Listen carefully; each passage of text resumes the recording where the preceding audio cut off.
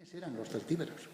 Pues Ángel, es una pregunta muy difícil. Los celtíberos es un pueblo de origen celta, esto lo dice Estrabón, y por la cultura material que se conoce no hay duda de ello, pero no se sabe muy bien quiénes eran. Hay constancia de migraciones celtas desde el siglo, pues no sé si es el sexto o incluso anterior, o el séptimo antes de Cristo, pero cuando los celtíberos aparecen como tales, citados en la literatura, en las fuentes más antiguas, que es en Polibio, en el siglo II antes de Cristo, habla ya de Celtiberia y de celtíberos, y esto es mucho más tarde de que estas migraciones o estos pueblos se hubiesen asentado aquí.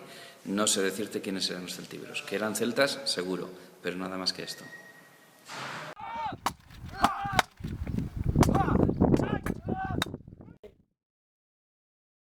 Su comisión de cultura, porque bueno, pues presenté el proyecto de la tesis que acababa de presentar en la Universidad de Zaragoza, la presenté para su posible publicación como tema de estudios sorianos el año pasado, en julio del año pasado. Yo leí la tesis en abril y la aceptaron porque tiene mucho que ver con el pasado de Soria, que es el corazón de Celtiberia. Y tengo que comentar que la tesis comenzó siendo un estudio de epigrafía celtibérica, que era mi tema inicial de tesis, y fue evolucionando hacia los otros estudios arqueológicos y también históricos. Entonces me di cuenta que el contexto histórico, las fuentes literarias no se habían estudiado muy bien y no se interpretaban adecuadamente, y de hecho había un cierto vacío, como que hubiese una nebulosa anterior al 150 a.C. De hecho, cuando se habla de Numancia, todo el mundo piensa en el año 133 a.C., que es la destrucción de Numancia y la incorporación de Celtiberia a las provincias romanas. Sin embargo, la primera referencia literaria que existe la dio Polibio, que es un escritor griego que escribió a mediados del siglo II a.C., y es el primero que cita la palabra Celtiberia. Y después Tito Livio pues, abunda en sus décadas, en sus historias, abunda sobre cómo se desarrolló la conquista romana de la península ibérica, y ya habla de los celtíberos con gran profusión. Y posteriormente los demás analistas que ha habido pues ya han tratado en mayor profundidad. En cualquier caso, se viene pensando que los datos anteriores al 150 y por supuesto al desembarco de los romanos en el 218 a.C., pues como que es una nebulosa muy difícil de desentrañar. Y me propuse ver qué es lo que decían las fuentes más antiguas y más cercanas a estos momentos. Y con lo que me encontré es que Celtiberia tiene una gran relación ya con Aníbal y con los cartagineses. De hecho, en el 220 fueron sometidos por Aníbal, les derrotó en una coalición que hicieron con los carpetanos, y fueron derrotados y fueron sometidos y pasaron a formar parte del territorio de la provincia cartaginesa que Aníbal gobernaba en la península ibérica, y Celtiberia en el Ebro pasó a ser la frontera con el resto de los pueblos, y concretamente con los romanos, porque habían firmado un acuerdo en 226 a.C., siempre todo lo que yo voy a decir es antes de Cristo para no estar repitiéndome, donde la frontera era el Ebro. Ya después, después de conquistar Sagunto en 219, se produjo la conquista por parte de Aníbal del norte de los territorios al norte del Ebro. Tuvo mucho cuidado de no conquistar lo que había al otro lado de los Pirineos, que eran los galos, porque necesitaba ayuda de los galos para conquistar Roma, y se llevó un montón de celtíberos a Italia para su intento de conquista de Roma. Así, datos curiosos de esta época que os invito a descubrir leyendo este libro desde 226 hasta 167.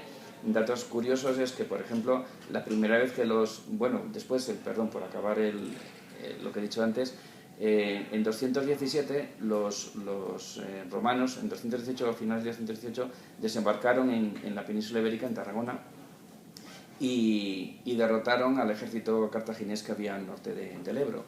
Y los celtíberos aprovecharon la ocasión para hacerse aliados, esto mucha gente no lo sabe, de los romanos. Fueron los primeros y más potentes aliados que tuvieron.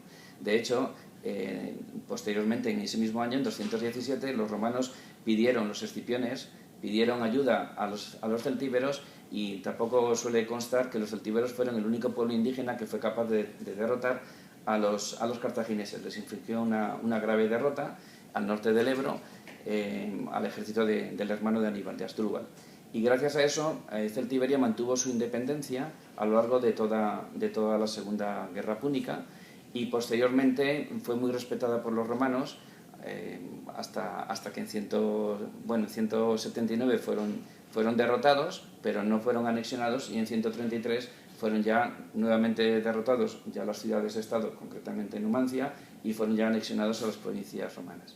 Por destacar un par de datos, deciros que la primera vez que entraron los romanos en territorio celtibérico fue en 207 a.C., mucho antes de lo que se venía pensando hasta ahora, y lo hicieron en la antigua Segontia, que está en los alrededores de Medinaceli. Y otro dato importante, y es que creo que ya no hay duda, por la información que se puede ver en las fuentes, que es cierto que Catón, en 195 a.C., con una tropa a caballo, llegó hasta las puertas de Numancia e hizo un pacto con los numantinos, con los celtíberos, que ratificó los pactos previos que habían tenido los celtíberos con los romanos. El problema en el historiográfico por parte de los romanos, de los escritores, y ya con esto voy a concluir esta breve introducción, viene en que luego los celtíberos cayeron en desgracia, porque en 213 fueron contratados como mercenarios, la primera vez que Roma contrataba mercenarios para intentar destruir el poderío cartaginés que había en la península ibérica. Pero los cartagineses negociaron bajo manga con los celtíberos y le dijeron: te pagamos lo mismo que te ha pagado Roma si no combates. Y no porque se cambiaran de bando, sino porque se fueron a casa. Y claro, los celtíberos dijeron que les había surgido un problema en casa y que tenían que marchar, y se fueron tan contentos con la paga de los cartagineses, y entonces los dos hermanos Escipión pues murieron en 212. Y claro, esto fue un desastre, porque pues casi acaba con Roma, y los romanos no olvidaron esta desgracia de los celtíberos. Pero si se escarba en las fuentes, se puede ver como anteriormente pues fueron muy importantes y un gran apoyo para Roma. Y os dejo todo lo demás para que lo descubráis. Bueno, el último apunte. Después de 179, que los derrotó Graco en el Moncayo, en el monte sagrado de los celtíberos, por eso en la portada del libro está la foto del Moncayo nevado, del monte Cauno, con nieves perpetuas. Posteriormente hubo un par de intentos de resurgir el pueblo celtíbero como tal, como un estado en lo que entonces era un estado, pero bueno, una federación o confederación de pueblos, ¿vale?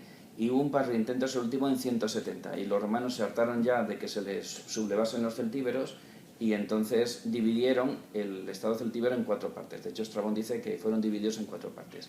Y eso tampoco, bueno, esto es una de las novedades que presento en la tesis. En 179 hicieron eso con Celtiberia, y en 169 lo hicieron con Macedonia, y en 206 lo habían hecho con Lacetania.